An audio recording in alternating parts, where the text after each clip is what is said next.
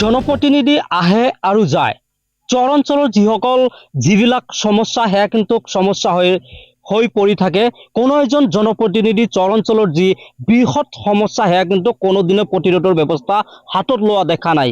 মই এই মুহূৰ্তত উপস্থিত আছো ৯ নং বীৰ সিং জৰুৱা বিধানসভা সমষ্টিৰ চুৱাপাতা তৃতীয় খণ্ড গাঁৱত। প্ৰথমতে মই সতীৰ্থকে সামগ্ৰিক দৃশ্য দেখুৱাবলৈ অনুৰোধ জনাইছো যে এইখন হৈছে ব্ৰহ্মপুত্ৰৰ কবলত পৰি ব্ৰহ্মপুত্ৰৰ গৰাখহনীয়াৰ কবলত পৰি শ বিঘা মৰাপাট খেতি ইতিমধ্যে নদীৰ বুকুত যোৱাৰ পৰিলক্ষিত হৈছে।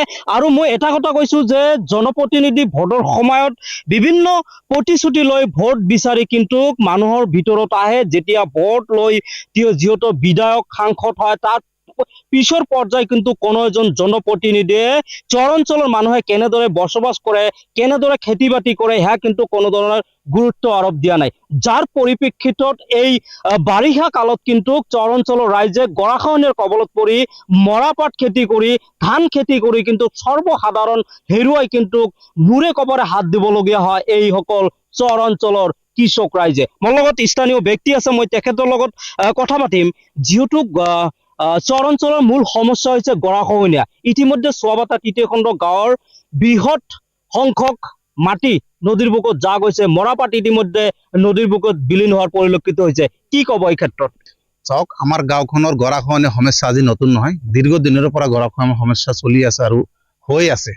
এই ক্ষেত্ৰত আমি আমাৰ অসম চৰকাৰৰ মুখ্যমন্ত্ৰী ডক্টৰ হিমন্ত বিশ্ব শৰ্মা চাহাবক অনুৰোধ কৰিছো আৰু জলসম্পদ বিভাগৰ দায়িত্ব থকা মন্ত্ৰীগৰাকীক আমি অনুৰোধ জনাইছো আৰু এই জলসম্পদ বিভাগৰ দায়িত্ব থকা বিভাগীয় কৰ্তৃপক্ষকো আমি অনুৰোধ জনাইছো যে আপোনালোকে বিলাসীপাৰা সমষ্টি জিলাৰ অন্তৰ্গত চুৱাপাতা পাৰ্ট 3 গাঁওখনত দীৰ্ঘদিনৰ পৰা গৰাখহনীয়া সমস্যা। এই বুলিও ব্ৰহ্মপুত্ৰ বাৰণী পানীয়ে যি হাৰে গৰাখহনীয়া সৃষ্টি কৰিছে, ইয়াৰ ফলত এই আমাৰ কৃষকে খেতি কৰা মৰাপাট আপোনালোকে নিজে চাই আছে যে কেনেকৈ ব্ৰহ্মপুত্ৰ নদীত যা গৈ আছে আৰু এই মৰাপাটটো পৰিপূৰ্ণভাৱে এতিয়াও হোৱা নাই। আধা ৰোৱাতে এই পাতখিনি আমাৰ ব্ৰহ্মপুত্ৰ নদীত গৈ আছে। এই ক্ষেত্ৰত আমি ইয়াত কৃষকসকলে বহুত লোকচানৰ সন্মুখীন হ'বলগীয়া হৈছে। ইমান ঋণ ধাৰ কৰি খেতি কৰিছে আৰু সেই খেতি যদি এনেকৈ এই কৃষকসকলে ৰাস্তাত নামিবলগীয়া হ'ব।